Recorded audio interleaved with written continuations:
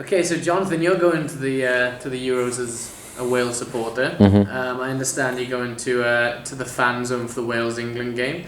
Do you think this 24-hour drinking ban is necessary in the grounds and surrounding areas?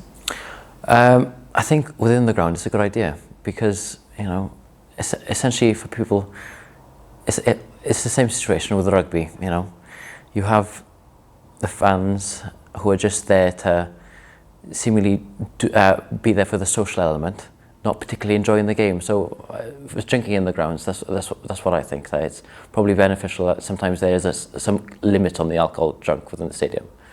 And what do you think this ban will do to the atmosphere?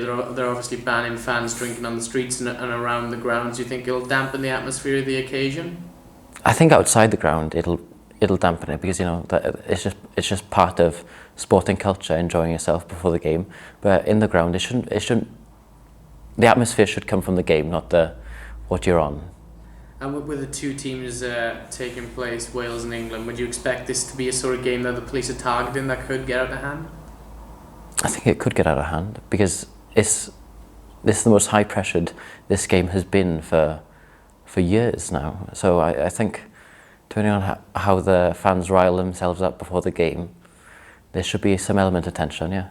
Do you think that drinking is part of football fan culture? And do you think it's a shame that football fans are maybe targeted because you don't maybe see it in the bigger tournaments with other sports, perhaps? I think it is. I think it is part of the culture, but it never used to be part of the culture within the ground. Drinking within the ground, from what I understand, never used to be a massive part of watching the game. It used to be something that you used to do before or after, so enjoying yourself with your friends. But inside the ground, I think it's probably better for people just to sit down and watch the game instead of just drinking away. And for the other sports, I don't think it's that prominent with other sports other than rugby. So yeah. Now I understand you're watching the game at the fan zone in Lille. Will this ban affect your time at the Euros in France? No, it won't affect mine because I'm not a massive drinker. But I think for some it'll disappoint many because of the fact that people are spending a ridiculous amount of money to go there.